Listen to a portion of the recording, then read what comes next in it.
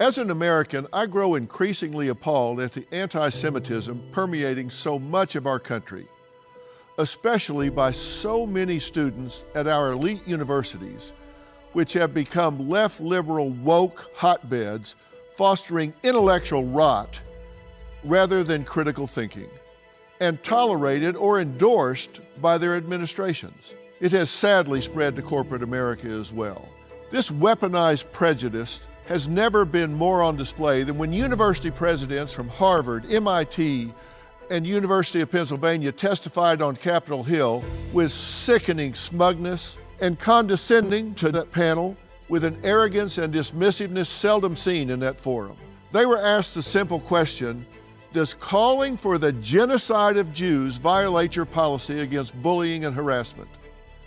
To be 100% clear, using the dictionary definition of genocide, the question becomes, does calling for the deliberate killing of a large number of Jews with the aim of destroying the Jewish ethnic group and the nation of Israel violate your policy against bullying and harassment? University presidents Gay, Magill, and Kornbluth disgustingly evaded Representative Stefanik's questions. It depends on context. The rules around bullying and harassment are quite specific. And if the context in which that language is used amounts to bullying and harassment, then we take action against it. But you've heard chants for intifada. I've heard chants which can be anti-Semitic depending on the context when calling for the elimination of the Jewish people. The answer is yes. It is a context-dependent decision, Congresswoman. It's a context-dependent decision. That's your testimony today. Calling for the genocide of Jews is depending upon the context. That is not bullying or harassment. This is the easiest question to answer yes, Ms. Magill. Context. Okay, I'll give you some context. While you were intellectually selling out, bringing shame to your institutions and this country, I was working with the Israeli consulate, viewing the highly restricted footage of October 7. From actual body cams of terrorists themselves, victims' cell phones, recovered from their dead, tortured, raped, desecrated bodies, as well as raw CCTV footage and other sources. Targets were all unarmed civilians, including men, women, children, and the elderly. Hunted, tortured, raped, dismembered, beheaded, and executed without mercy. The sexual assaults perpetrated on the women and girls was so sick and twisted as to defy explanation.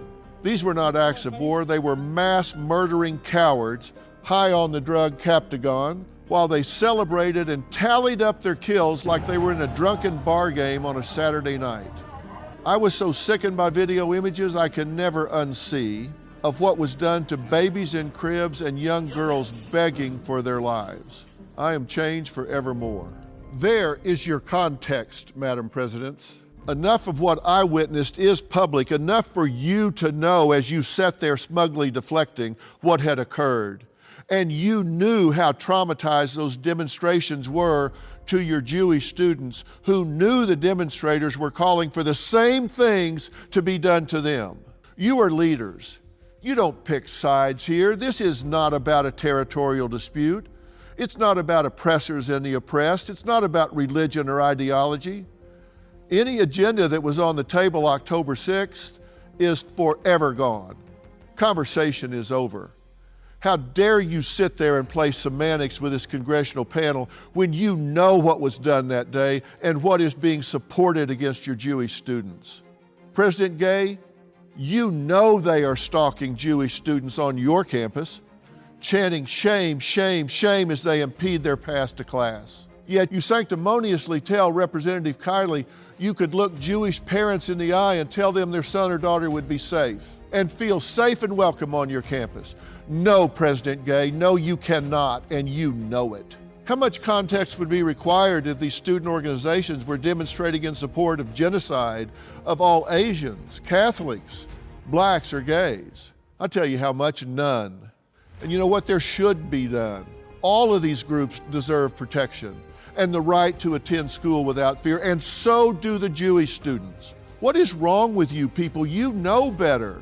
Is the problem that Harvard and MIT and others receive hundreds of millions of dollars in foreign funding, including from China? Who do you answer to?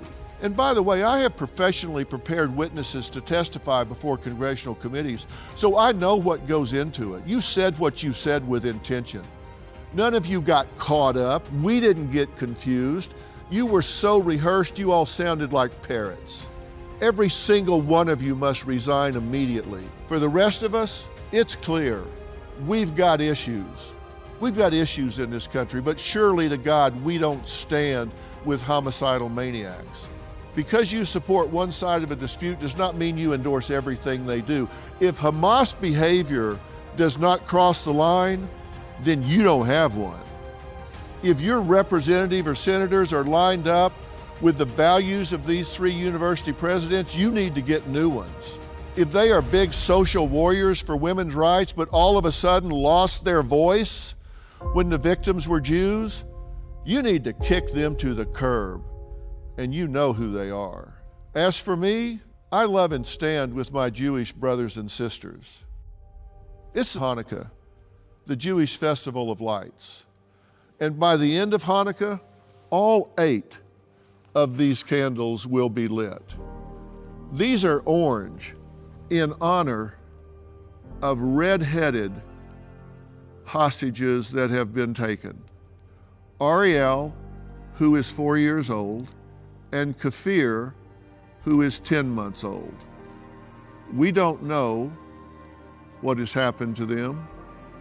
They're still missing, but we pray for their return.